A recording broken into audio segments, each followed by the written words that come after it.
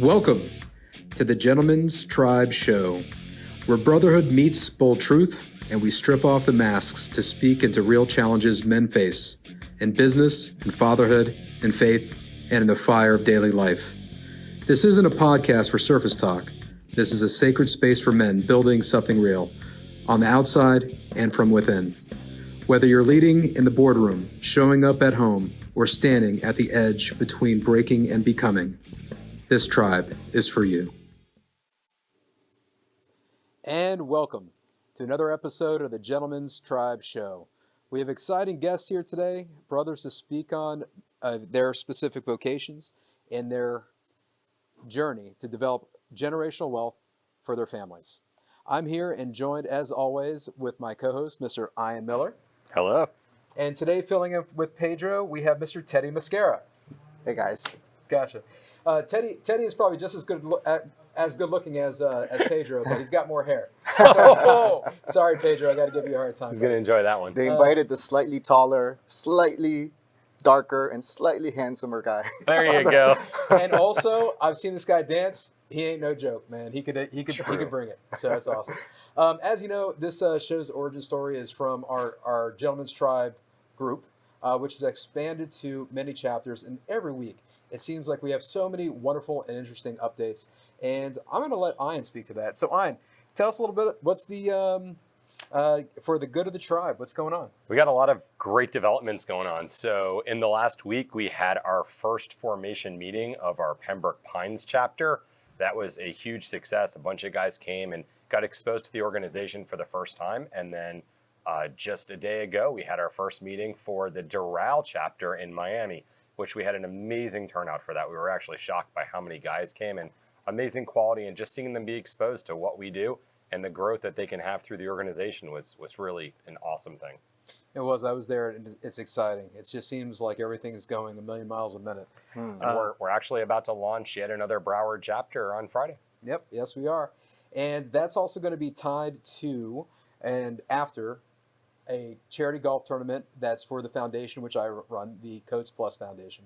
My heart, I just have to come from a place of gratitude. My heart is just warmed by the generosity of the men of the tribe. When we started putting this golf tournament together to benefit the foundation to battle this rare disease. 2 months ago, it started to materialize in this golf tournament. And in 2 short months, we have 120 golfers. We have every sponsorship taken. And that is in a large part to the effort of my brothers within Gentleman's Tribe. So I just got to start by saying thank you from the bottom of my heart. There's many people on set here that were directly involved with that evolution. And I love you guys. Thank you. Teddy. Yes. You are part of that Pines, Miramar, South Broward movement. Yes. So you've been in the tribe, though, for how long? Going on 2 years.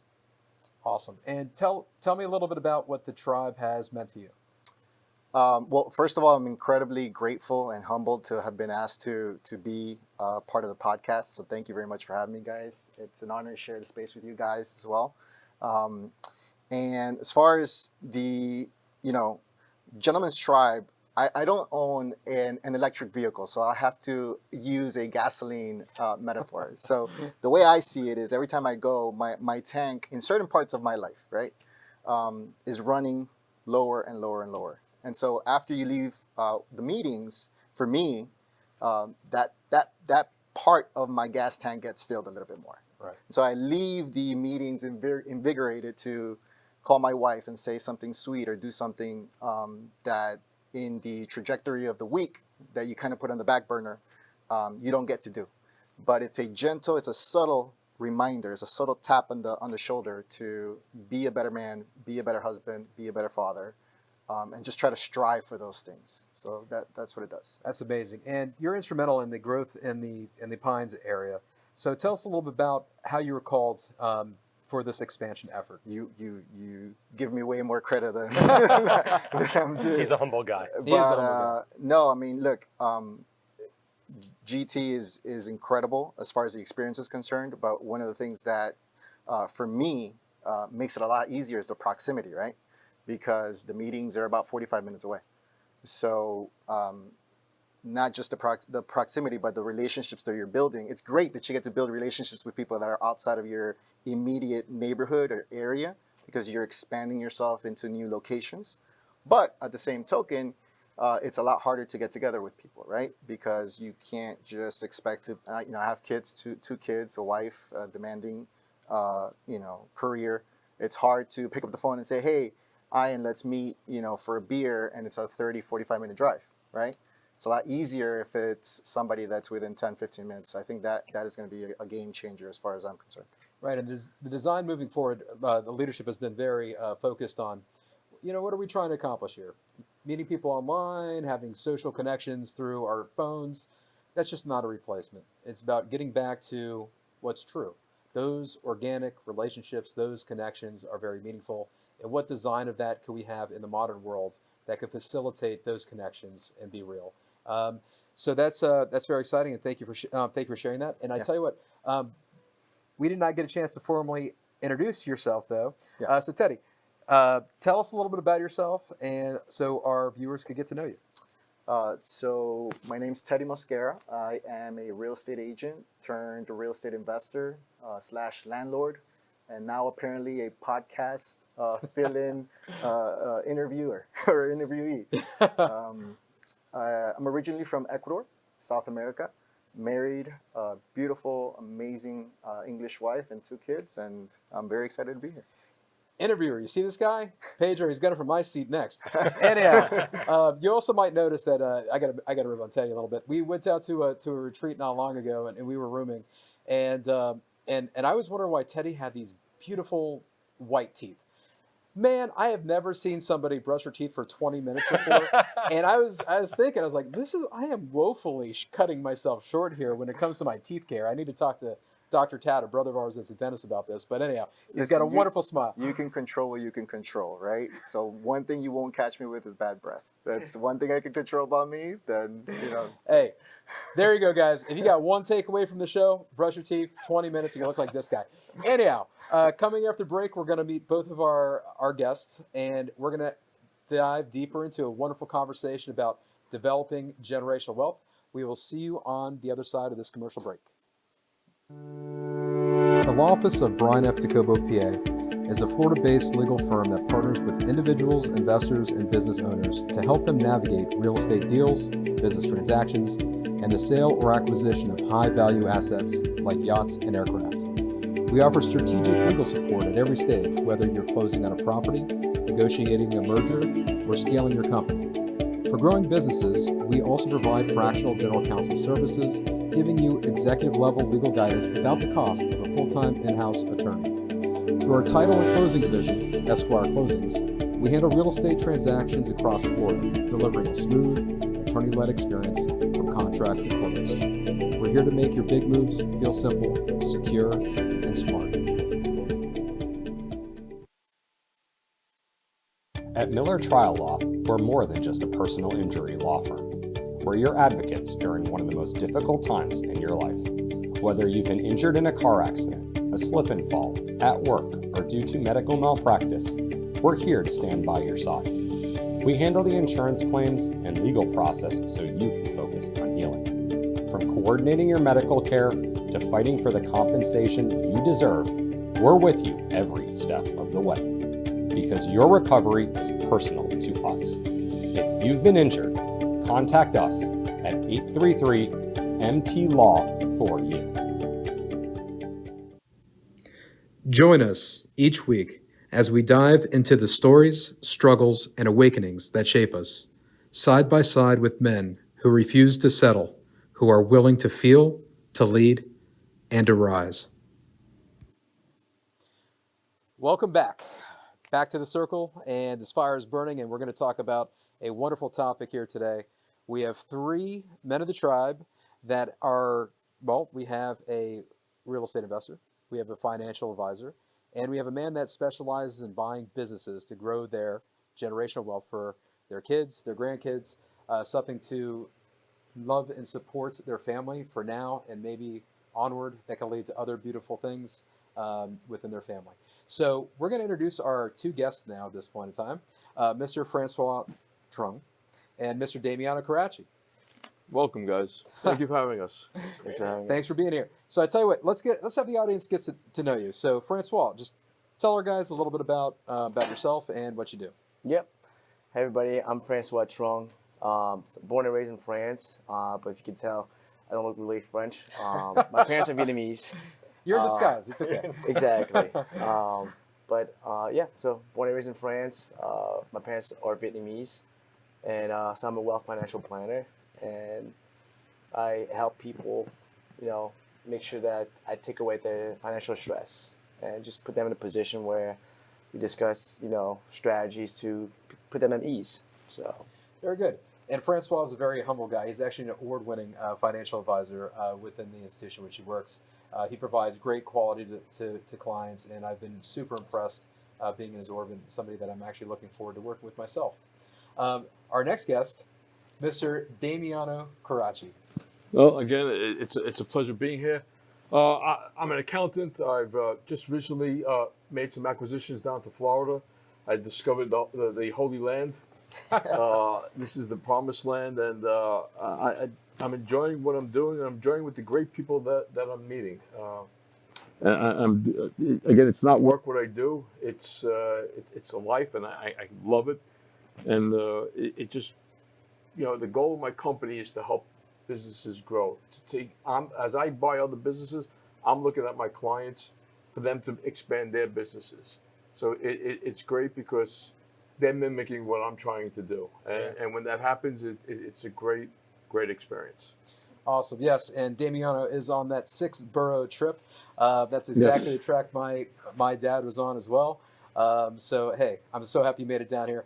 For those that don't know, forget he's a boxer too. I know. Don't forget also. So the beautiful thing about the tribe is, while we get to know each other in business, it's also just a deeper relationship. So Damiano is actually a boxer, and he boxes in several charity events.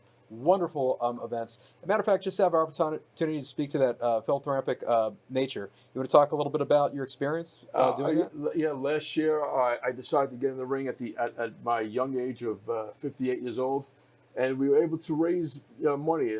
People like to pay to see me get beat up. Except you do the beating. Yeah, you kind of whipped the. That was the took care of second the last fight. guy, huh? The first fight, we raised $21,500. Went to three great charities. One of them was a military suicide prevention hotline.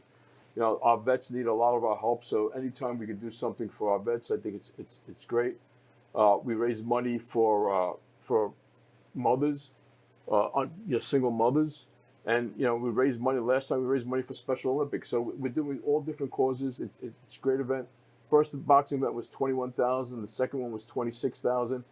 And I hope I got 2 more in me, and I want to break $100,000 in fighting. That's amazing. And it goes to show that while you're working hard in business and you're developing generational wealth, you find a way to give back. And that's something beautiful. I think it should be spotlighted. That's why I gave you the opportunity to talk there.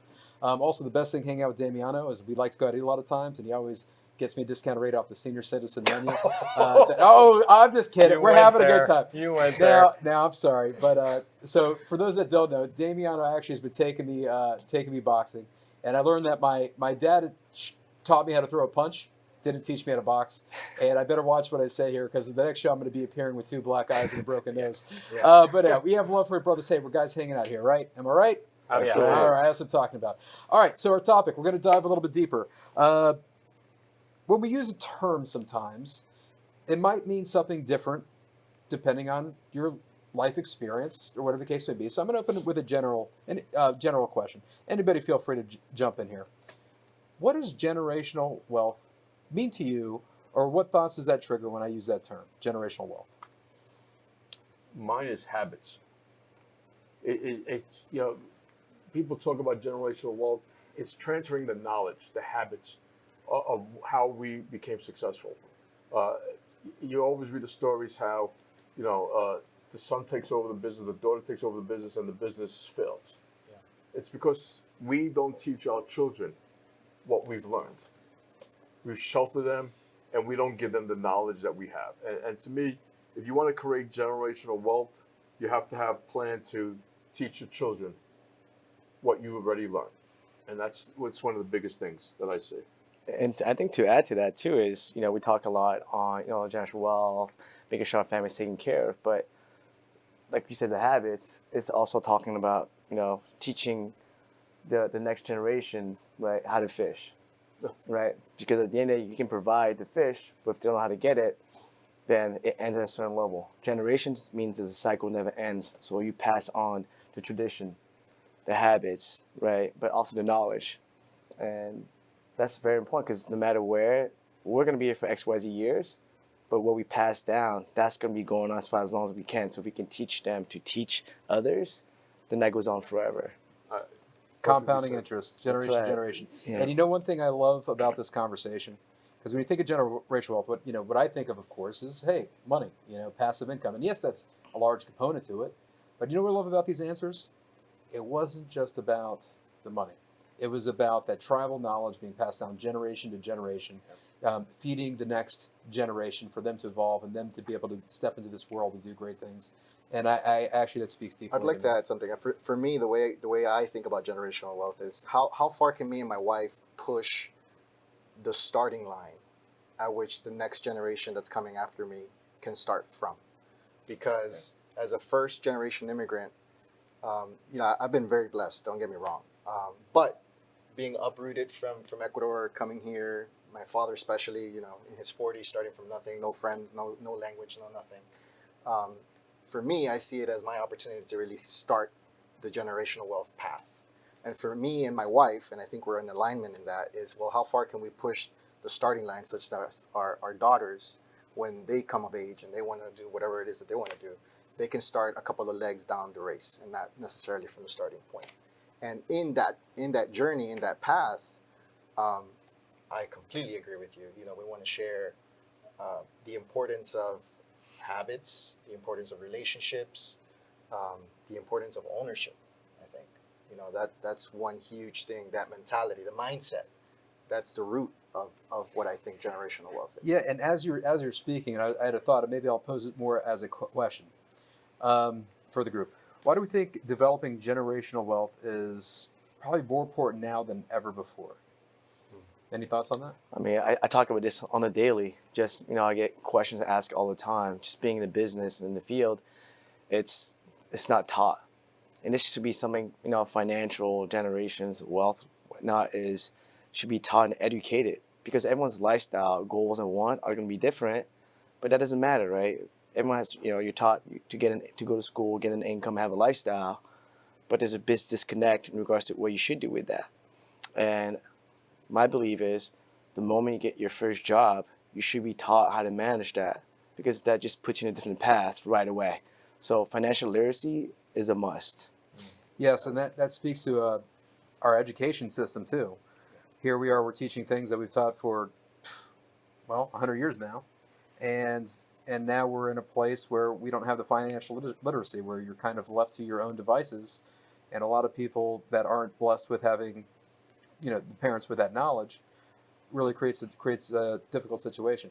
Now, I think that right now, as far as the importance of generational wealth right now, think about it is, hey guys, inflation, the economy, things are harder now for this next generation than even that what we had to go through to develop our wealth. And the idea to give your kids a little bit of an advantage so they could go out into the world, and it's not the overbearing situation that a lot of our youth are connected with. That's something I think we all want to leave to our children. I think financial literacy is essential, and unfortunately, the schools really don't prepare the kids for what life experience is going to be. I know, Francois, this is something that you are very passionate about. Tell us about the things that you're doing to help educate the next generation so that they'll have that literacy and be ready when the time comes. Yeah, no, I appreciate that. To me, one is, when I talk to a parent, and then I automatically say, hey, we'd love to have your children involved in the conversation, because it's mature conversation that you need to have to understand that. But then two is I also, go to schools and different, from young children that are just about to get their first job to people that are in the medical field that are about to be a surgeon and whatnot, because they're so focused on just educational, which is like, the literacy, the books, but then really figuring out how to manage it. Like now you're going to go out in the real world, get a first job. What do you do with the money, right? How much do you save? How much do you put away? And also fulfill your lifestyle. right? Same thing with physician and surgeon. When I go and talk to professionals, same thing. They're taught to be the best doctor, the surgeon, but they have no idea. Oh, now you're coming out, they're gonna make $300,000 to $500,000 a year. What kind of lifestyle should they have, right? How do they budget? How much money should be going towards where? Because once you become a professional, you're sold all the time, right? What kind of car you should buy, the lifestyle you should have, where you should go eat, but no one's telling you, all right, but based on your income, the lifestyle you want, this is how much you should be spending towards your car, right? The lifestyle, how much you should be putting away. So it's very important because the moment you get used to that, it becomes a habit, and now it's a reflex. Yeah, it's really a matter of budgeting and learning how to do that and where you should spend and prepare. Damiano, you also have a wealth of knowledge and experience in teaching even at the college level on this subject. And one of the difficult things you see is people don't understand about planning. They don't understand that they have to budget their lifestyle. They don't understand what is the cost of doing something. So a lot of people get into businesses. If they're a doctor, they've been studying the medical field their whole entire life, and also now they want to open up their own office, and now they have to budget for something. They have to plan. Okay, where am I going to get my clients from? So how do you build that, and how do you understand that what's an expense and what's an asset? And Teddy talked about gratitude. Well, how do you delay that gratitude to allow your business to grow? So how do you when do you buy that car? Okay, do we buy the car today, or do we wait till next year to buy the car, right? Or when do we make that investment? Because that's a very important decision. You see, a lot of people, they win lotto, and they go out and they're buying all these cars, and I think 70% of all lotto winners end up bankrupt. So why? Yeah. Because same thing, that we don't know what that wealth is. Also, we get that income and we don't know what to do with. Piggybacking on what you're saying about budgeting, one of the most powerful things I've ever done in my life started about 7 years ago, and it started just, I think, I like Excel. I like Microsoft Excel. So I just started recording, I download, on the first of the month, I download all of my transactions, right? Me and my wife's transactions. Doesn't get testy. It's very, very harmonious. But I download all the transactions on the first of the month, and I have a master, since 2017, I have a master Excel spreadsheet where I allocate everything that goes in and everything that goes out. I did it just on a whim, and as the years have continued, it's evolved. In 2017, it was a very basic one. And then I started thinking, well, I can add this and I can add that, and assets and liabilities and things like that. And now it's become a really powerful tool, like an extremely powerful tool. Having that conscious awareness is so important. Yeah, clarity is power. Yep. I might have to have you send me that Excel spreadsheet because I think I need a little help in this area, guys. Well, I'll tell you, we're going to do a little bit of a deeper dive into why these specific guests are here. And we're going to start here with Teddy, a real estate investor. Yeah. Tell us about how you got involved with that. What is your strategy, and what do you seek to do in the future with that? Well, I got involved in real estate because of my father. He, like I mentioned earlier, we migrated from Ecuador. He was an architect by education in Ecuador. He came here, and like many other stories, started offloading trucks for bird dines back in the day, and tried a couple jobs. Eventually landed in the mortgage industry, and he had a 25-year-long career. But being in that mortgage industry, he introduced me to real estate very early on. So I used to help him loan processing, and I was just in that world. As I got older, when I was growing up, the major industries in Florida were healthcare, law, real estate, right? Wasn't going to be good at selling drugs. Didn't really like case studies. So real estate was like the next thing for me, right? And it was just part of my orbit.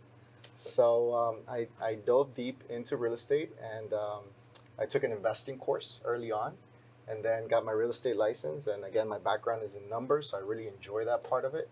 And over time, I've gotten to the point where we have a retail team where we help traditional buyers and sellers either buy or sell their property. And that's really fulfilling because, we're helping people achieve a very important goal of their lives.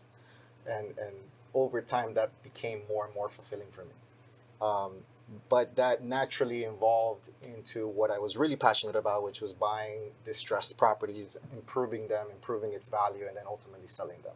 And then just natural trajectory of things, You take whatever earned income you have, and you have delayed gratification, like Damiano was saying, and you start buying assets to pay for your liabilities. So it was just a sequence of things for me that ultimately led to, all right, the goal is to grow a rental portfolio.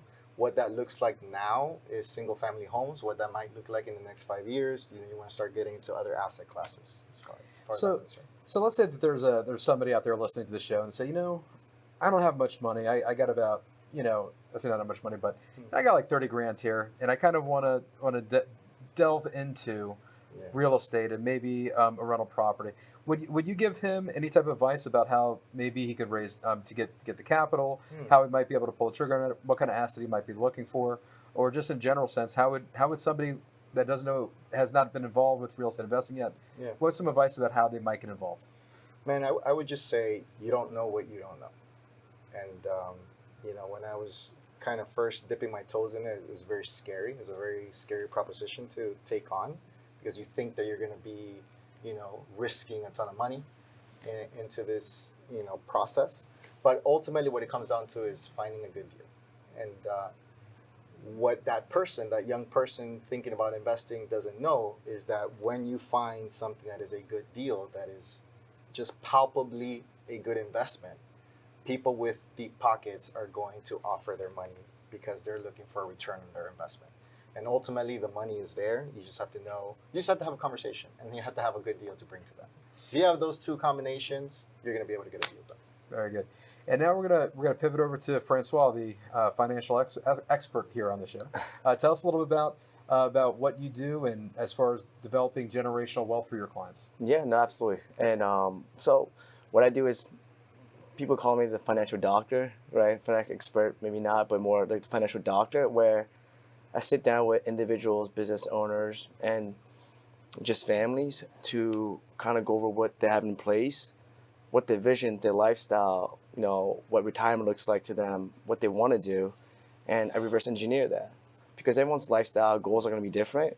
Their risk appetite is going to be a little bit different. So everything is based on the individual I'm talking to, because everything I do is customized according to them. So based on that, then, depending on what they want to do, I'll kind of build a plan for them. Just like when we talk about fitness, if you have a personal trainer and then you have another friend that doesn't have a personal trainer, and you both go to the gym, do the same thing every day, and you're both looking for the same outcome, if you have a personal trainer, who's going to have that more of the outcome faster, result faster? So that's where I come in, and I kind of see what you have in place, optimize what you have in place just based on what you have, and then build on that, right? Build on, just like everything we do is growth, right? The trajectory changes as you grow and you mature and you want different things. The plan changes as well too. So that's kind of what I do. And if you don't notice underneath the suit, this guy's jacked. He's got the So discipline. if his gym routine is anything like his financial planning, I got a good tailor. I heard rumors you were putting up, what was it, 405 on the decline? I've been hearing things. He's big on the fit chat. Let's put it that way. Yeah. Oh man, I better get back to my high school weight. Anyhow, I tell you what, same question to you. Let's say there's somebody out there listening to the show. When's the best time to start investing? I always say there's no right or wrong time of starting, but I would definitely say the sooner you learn, you educate. But the first thing I'd say, get a plan in place, right? Because if you have, for example, like the $30,000 that you have, it's just starting out, well, let's take a look at your age, the distribution, your risk appetite, and then seeing what your cash flow is, right? Because someone with $30,000, is that all they have, or is it a percentage of what they have? Because based on that, that's when I kind of figure out, reverse engineer that to see, well, hey, based on your current situation, the $30,000 is going to be best suited in these areas, right? So it really all depends. But I always say, get started as soon as you can, get educated. When you start small and you evolve, that's the whole plan, right? That's the whole goal.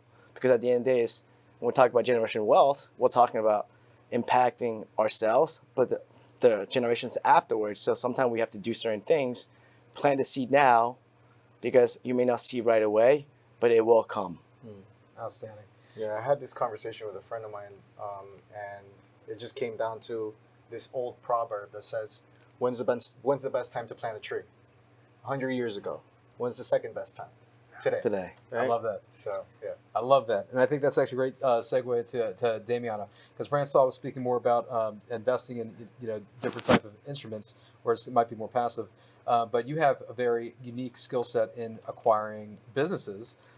Speak to us about that a little bit. So it's funny when you talk about acquiring businesses, it's more about acquiring the cash flow, but more importantly is acquiring those relationships that the business already has.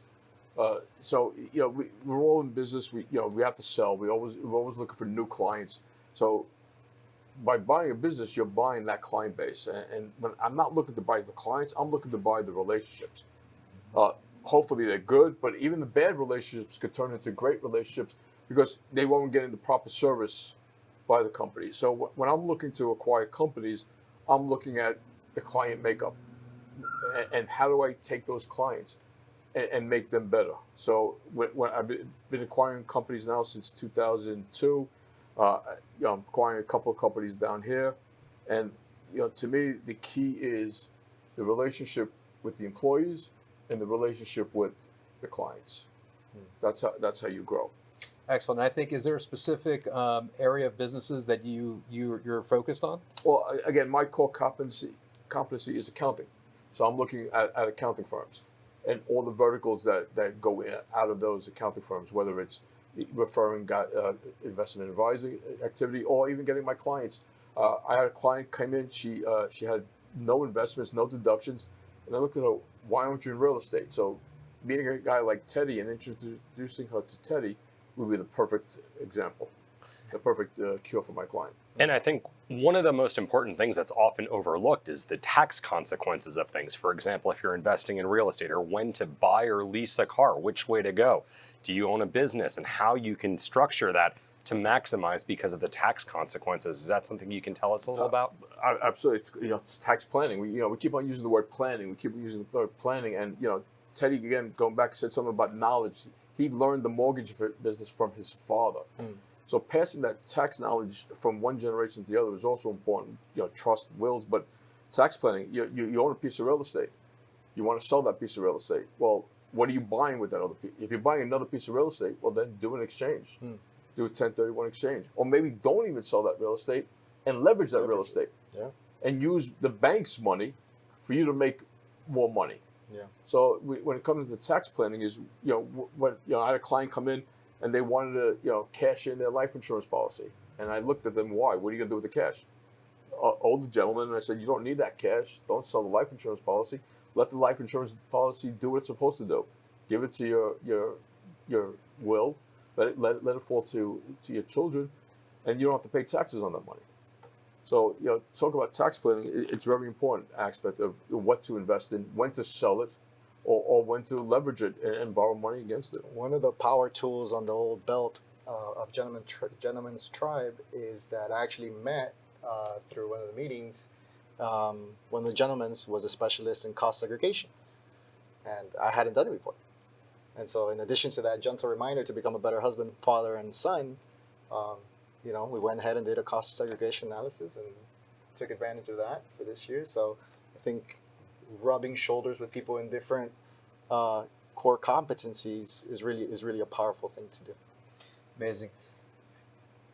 The first time that I see the purchasing of a business almost like you're that kid looking over the edge of the pool to jump in. When did you know it was the right time for you to purchase that first business? What made you jump? The first business I bought.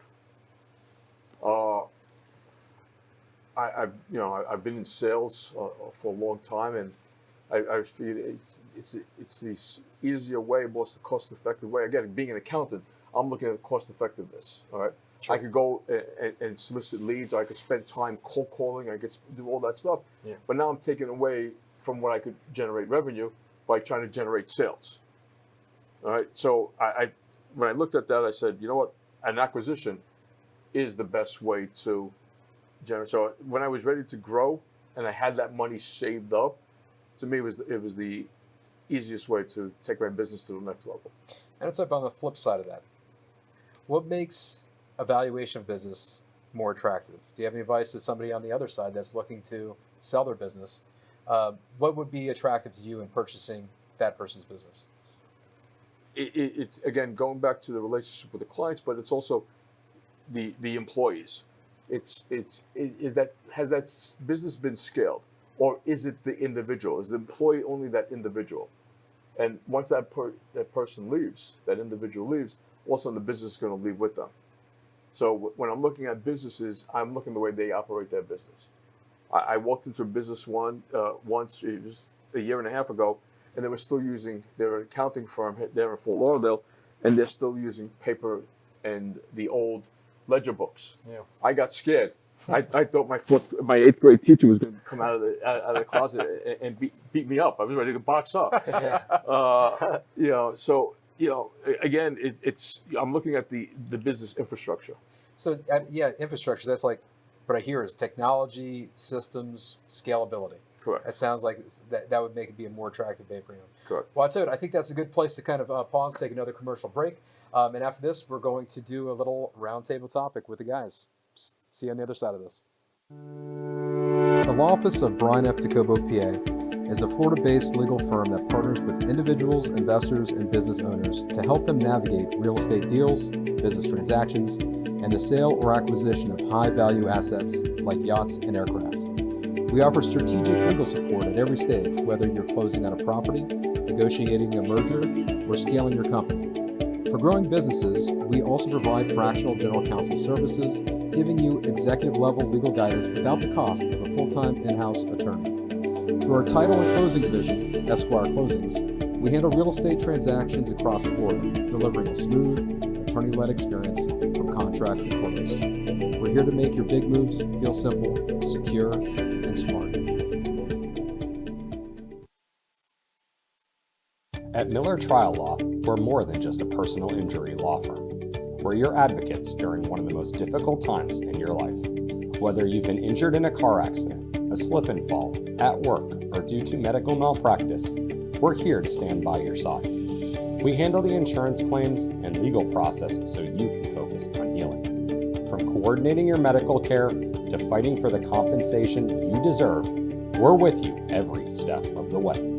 Because your recovery is personal to us. If you've been injured, contact us at 833-MT-LAW for you. Join us each week as we dive into the stories, struggles, and awakenings that shape us, side by side with men who refuse to settle, who are willing to feel, to lead, and to rise. And we are back on the Gentleman Tribe Show. When I hear everyone speaking to generational wealth, of course, that's the passive income over time. We're thinking about it from a financial way. Not just the tribal knowledge as passive generations, but also I'm hearing is a lot of opportunities on the stage were born out of seeing an opportunity to force appreciation. So, Teddy, you were telling us that you're involved with, for lack of a better term, fix and flips, but rehab properties. Yeah. Tell us a little bit about those opportunities to force appreciation to make some money. I think it's an incredibly powerful tool. I have nothing against buying a fully completed retail-ish property, but for me, I always err on the side of buying something that needs a lot of work to be completely transparent. The first property I got, it became a value-add opportunity because of just that first property. It was getting onto the property ladder was a bit scary for us. It was our first property, so we wanted to make sure that we bought something that was well within our means. But what that meant was buying a property that wasn't necessarily move-in ready, right? So that's how I got my foot in the door of getting into a property and saying, hey, it's not what I want right now, but with a little bit of elbow grease and some capital, it can become something that's way more enjoyable. What I quickly realized, which I knew, but obviously knowing something and actually living it is completely two different experiences. So as I was doing that, I said, oh man, I just invested $30,000, but now the property is worth $100,000 more than that. So that quickly became a real aha moment for me, and it said, okay, well, now we need to continue to do this operation over and over and over again. And hearing Damiano talking about businesses, I wanted to ask him, so for example, I buy a house, I buy a distress because I'm looking at the value add opportunity. I know that one of the key metrics for you in order to make a decision to buy the business is the relationships and the client base. But are you also looking for a value add opportunity, or are you okay buying a business that's pretty much running smoothly? Maybe there's some tweaks here that you can do here and there, but it cash flows already. Or are you looking more for a value add opportunity? It just depends. I'm looking at a combination. The value added to me is very important because there's other services that I could offer the clients. You know, some of the clients is just they're tax prep. All you're doing is the tax work for the clients. But now you can get in, you do the accounting work for them, or give them the advice work, and then direct them to the right source. Whether it's Francois with the wealth, or whether it's you. You know, again, I have clients that should be investing in real estate and they're not investing in real estate. So that extra services that I could possibly offer. So when I look at my accounting firm, it's not only just tax prep, it's accounting, it's bookkeeping, it's tax resolution, and we go down the line. So now all of a sudden, I'm not H&R Block. I just gave a plug to my competitor. I'm not a tax prep service. I'm your accountant. Okay. I'm someone that you could trust, right? And I'm going to do my best to advise my clients to go to somebody else that I trust, whether it's you in the real estate market or Francois, or if they need a closing attorney, I'll give them to that ugly guy in the. Hey, he's just mad because I still got all my hair. Anyhow, do go on. I'm gonna have black guys next week. Sorry, guys. I'm going to be even uglier. You know, I think that's one of the beauties of what we have here at the Tribe is an amazing network of professionals who are rock stars at what they do, whether it's the accounting side, mortgage professionals, realtors, wealth advisors, closing agents. You got an amazing team that you can trust and that you can work with and that are going to know what they do. They're specialists in their area. And it just adds a whole nother layer because it all starts with, what do you know? Well, you don't know what you don't know, but here you've got a network of people that do know what they're doing, and you can utilize that service. I've discovered just a wealth of opportunity within the Tribe, things I didn't even think of were on my radar, and I need Teddy. Matter of fact, Teddy and I actually executed a contract today. We're doing a buy and hold. So funny. I know, it happened today, right? Yeah. And then meeting Damiano opened up a world where we could work together in another space for as an executive team going into companies that may not have the resources or need for a full-time general counsel, for instance, or a full-time financial officer. We're joined forces, and now we're providing that as a service to our customers, which is exciting. But also with all these opportunities around us, all these different financial. I actually have a question for Francois. So, how should someone structure their finances, a portfolio? You know, guys in our situation where all these opportunities are coming. Do you advise your clients in a certain way to structure their portfolio and how that might look? Yeah, no, absolutely. It's but every client's going to be situated differently. So when we talk about businesses, when we talk about real estate, you know, we talk about your portfolio, lifestyle. I think it plays a very important role on looking at the whole picture, because a lot of time, being where your cash is or what you have in place, it's important to diversify yourself, right? Depending on your age, your risk appetite, but it's also looking at, hey, do you have a lot of money in cash? Do you have a lot of money in real estate? Or do you not have any real estate? Do you have a lot of money in your portfolio or investment in the market? So based on that, I structure it just to make sure that it's aligned to what their goals are, right? Because that's important. How long do they have? What's the horizon? Then based on that, the portfolio will be built on, for example, if you own real estate, well, we want to make sure that if that's a passive way of doing it, then good, you have a piece of that in real estate exposure. Then at that point, I want to make sure that, hey, maybe we need to be more aggressive on certain areas, or hey, maybe you have a lot of money in the market and not enough in real estate, for example, because they're more passive strategies than having some real estate in their portfolio makes sense. And then inside the wealth side, where we talk about stocks, ETF, mutual funds, bonds, and all those, that again is going to depend on the risk of the client, but also give recommendation like, hey, if you're young, your risk appetite should be a little bit different than if you're someone that's close to retirement, right? But that's also a moving target, because as you get older and you're close to retirement, your strategy has to be updated and changed, because your strategy when you're in your 20s versus when you're 55, 60 is going to be a lot different. So you want to make sure that you structure that where the plan changes, but the strategy changes as well too. So I'm going to throw everybody a curveball because I like to do that from time to time. Damiano's a big baseball fan. So, he doesn't like talking about the hockey right now because the Panthers are kicking butt and taking names. But He'll be the first one to remind you he's a Yankee fan. And he's been Yankee fan tried and true forever. So they got like, what, a bajillion championships? How many they got? Only 27, I guess. Only 27? All right, it. not a big deal. He was here to see the first one.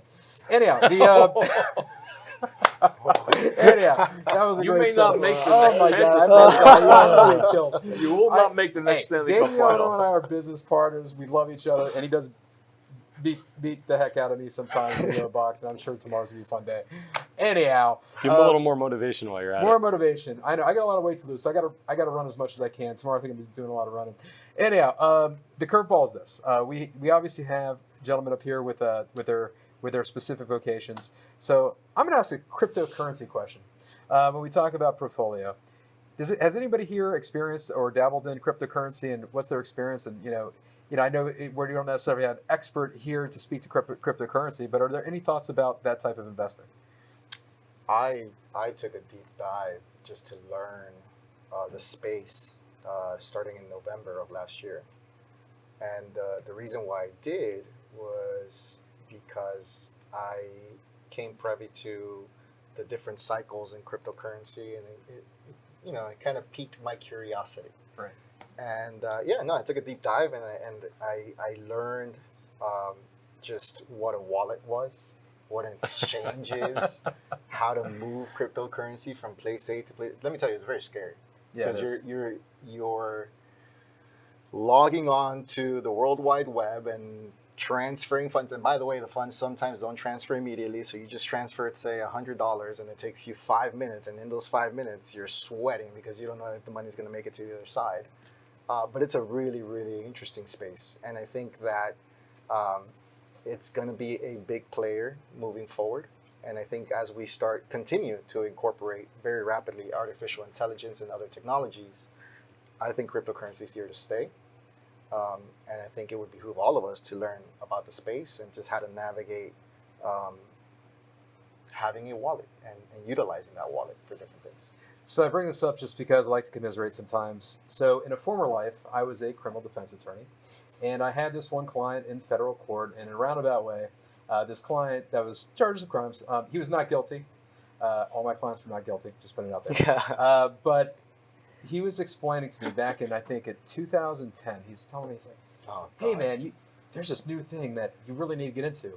It's this, it's Bitcoin, and I really think you should, and here I'm thinking, like, I got to take this stick and put it on this. I could lose all my money. And, I have my client telling me this. I'm like, yeah, I'm not going to worry too much about that. Well, anyhow, Bitcoin was trading at a whopping 8 cents. So, anyhow, I could be multi-billionaire, but hey, that's why I'm here now. And I wouldn't have these relationships if I were that. I like to think I would. But anyhow, so I could commiserate a little bit kind of on that end. So that's my sad story about particular Bitcoin. Does anybody else have an opinion about? My question is this: the very first bubble, if you will, was the tulip bubble over there in Europe. It was Denmark, wherever the case may be, and that was the idea of, hey, we think this tulip is $1. I think this tulip's $5. All of a sudden, tulips are selling for like $500. And then one day, somebody woke up and said, "What are we doing? These are tulips." And now all of a sudden, that bubble burst, right? What's the intrinsic value there? So, I don't know. I feel like this is a bubble that's just never popping. But is there legit? Educate me a little bit on the blockchain. Kind of, what's the intrinsic value here? What is the actual product, or are we in this idea of people think that has value and they're investing in it? Well, tulips perish. It's a great investment until they die. Cryptocurrency is not dying. People thought it was a fad. It's not a fad. It's a reality. It's not going to die. So don't worry about the crypto going away. It's something that part of your portfolio has to be in it. It's an asset that it's not going to generate cash. So when you talk about creating generational wealth, it's great because you're going to have capital appreciation. But it's a great way to transfer funds. You want to acquire something, pay with crypto. It crosses borders. It causes government regulations, where you want to go someplace, you may want to buy something, maybe you can't wire money to that country or to that. So now with cryptocurrency, you can purchase that acquisition. You make that acquisition. So crypto's here to stay. and it's it went from being a phenom to part of our everyday lives. So I'll piggyback to that because I get asked this frequently, and so I can't talk on it so much, and I can't offer it or kind of explain in regards to like recommendations on crypto because it's not regulated. But what I will say is, if we have clients or people that want to get into that space, or people who have, some of their assets in there, then we have to do an analysis on the risk, right? How much of your assets is parked here? Because I don't know, and I think it's still unknown. Still, it's maybe more solidified than it's ever been, but it's still unknown that we gotta look at, hey, it could stay here and it could not, right? It could be a 50-50. It's kind of looking at, well, hey, if it is here to stay, we want to have exposure to that. If it's not here to stay, we also want to make sure that we're leveraging this by having real estate, money in the market, right? Because like for what we manage in regards to portfolios, we're talking about, quality names that professionally think that it's going to be here in the future because there's some either, service, added value, or, supply and demand. Just like when we talk about crypto, there's more talk about it, there's more demand than there's been, right? But there's also the supply component, right? So just like everything in general, with house, businesses, it's a supply and demand. If there's a supply but there's no demand, then, the risk on there, right? If there's a lot of demand and not a supply, again, it goes the other way. So I think you have to look going carefully, just like everything else, just like buying businesses, being very analytical on that side. And then on the real estate side, same thing, right? Because again, we can all say here, no one can tell the future. We can't predict that, but we can do educated guess and just really being strategic on that, right? And the way to do that is to really diversify yourself. And that's a good point. We and also we don't have crystal balls. Man, I really wish I had a time machine though to go back and buy at 8 cents. So I have a question that maybe there's no answer I to. wanted to make a dirty joke. Anyhow, we're allowed to make. We can run up to the line. We can't cross it. So I'm told we gotta make sure we're okay. But we can run up to that line. But ultimately, I guess the question would be, I don't have a time machine to go back. But is there anything on the horizon, any indication where maybe there's something we should start kind of paying a little bit of interest to, or in emerging markets, or anything to that effect? Maybe there's not an answer, but maybe there is, because I sure would like to not make the same mistake I made in the past and actually jump on the next opportunity. Listen to your clients first. Yeah. Seems like you're doing the advising, but Well, maybe we need to do more listening. I now that I'm out of criminal defense, I think there's more of an openness for me to listen to my clients. That was kind of more of a unique situation, but man, I really should have listened to them then. I just think timing the market supersedes timing the market.